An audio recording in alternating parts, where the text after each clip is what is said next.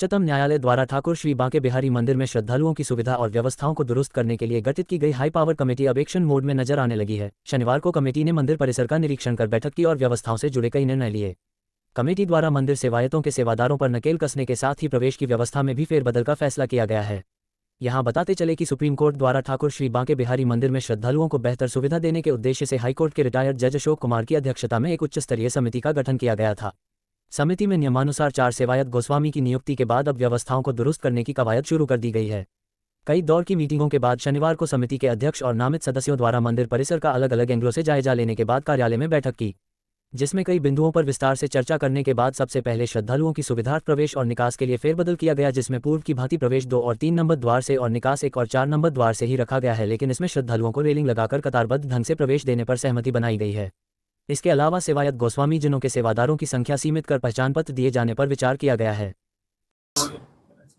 देखिए, मूल रूप से हम लोग 4 बार कमेटी जो माननीय सर्वोच्च न्यायालय ने नामित की है, गठित की है, उसमें 2 मीटिंग पहले की गई कलेक्ट्रेट के सभागार में, और उन मीटिंग्स में जो माननीय सर्वोच्च न्यायालय द्वारा आदेश पारित किया गया था उसके अनुरूप हमारे कमेटी द्वारा 4 गोस्वामी बंधुओं को, जो 2 राजभोग पक्ष से और 2 शयन भोग पक्ष से नामित किए जाने थे, उसकी प्रक्रिया प्रारंभ की और गोस्वामी बंधुओं को तदनुसार सूचना द्वारा कमेटी के सचिव जिलाधिकारी श्री सिंह द्वारा प्राप्त कराई गई। तदनुसार कुछ प्रार्थना पत्र प्राप्त हुए। यद्यपि प्रार्थना पत्र जो संख्या बल है उसके हिसाब से बहुत कम आए, परंतु फिर भी जो प्रार्थना पत्र आए उन पर विचार करने के उपरांत उन सभी प्रार्थियों को, गोस्वामी बंधुओं को आमंत्रित किया अगली मीटिंग तीसरी जो हुई उसमें, और विस्तृत चर्चा उनसे की गई। उनसे श्री ठाकुर बांके बिहारी मंदिर से संबंधित जो प्रक्रियाएं हैं, जो प्रबंधन है, जो आवश्यकताएं हैं, जो कमियां थी, सभी पर चर्चा हुई विशेष रूप से।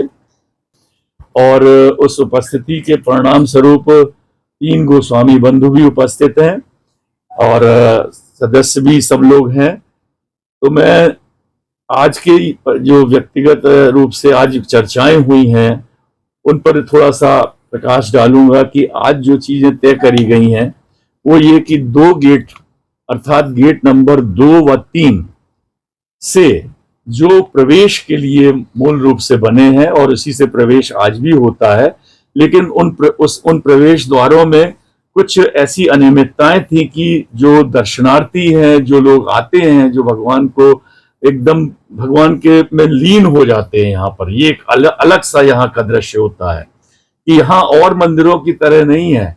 यहाँ भगवान को जैसे समर्पण की भावना से आप तो यहाँ के निवासी हैं मुख्य रूप से, जैसे देखते हैं, तो मैंने जो अनुभव किया तो यहाँ तो आंख बंद करके वो भगवान को विचलित करते अपने अंदर और एक उछाल सा मारते रहते हैं। तो वो दृश्य जरा एक ऐसा होता है कि उनको व्यवस्था करना उनके लिए एक आवश्यक था। तो इसमें भी हम लोगों ने स्थलीय निरीक्षण किया।